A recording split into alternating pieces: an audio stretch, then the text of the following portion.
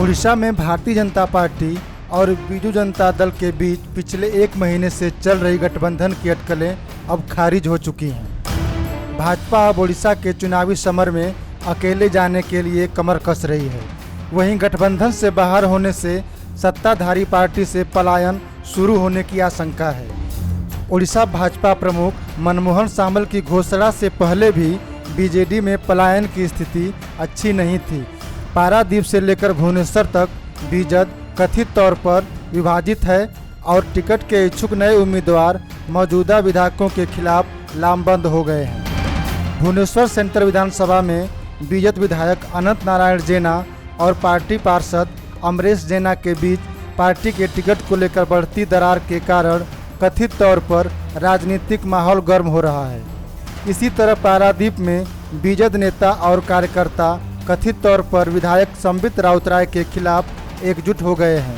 Kujang block के पूर्व अध्यक्ष स्मृति रंजन बेहरा के नेतृत्व में सैकड़ों पार्टी कार्यकर्ताओं ने एक बंद कमरे में बैठक की और चेतावनी दी है कि अगर इस बार राउतराय को बीजद का टिकट दिया गया तो वे अपना विद्रोह तेज कर देंगे। दूसरी ओर बीजद के असंतुष्ट नेता भाजपा की ओर अपना रुख कर रहे हैं।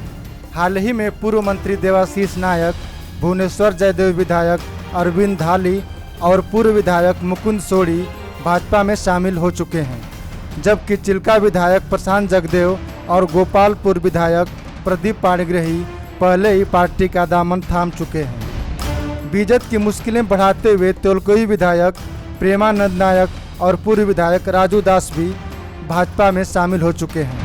हालांकि राजनीतिक गलियारों में बीजेडी और बीजेपी के बीच गठबंधन की अटकलों के चलते बीजेडी के जमीनी स्तर के कैडर और असंतुष्ट नेता खुद को असमंजस में पा रहे थे।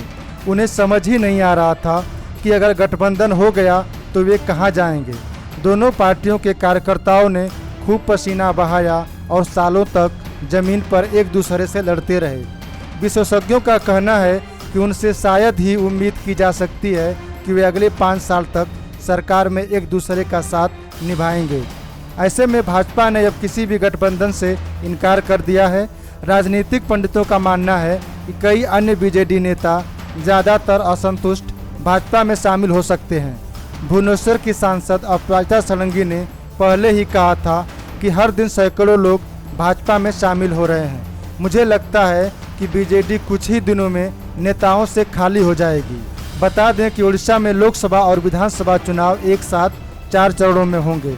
राज्य में 13 मई, 20 मई, 25 मई और 1 जून को मतदान होगा। वहीं वोटों की गिनती देश के बाकी हिस्सों के साथ 4 जून को होगी। Bureau report, खबरिस्ट।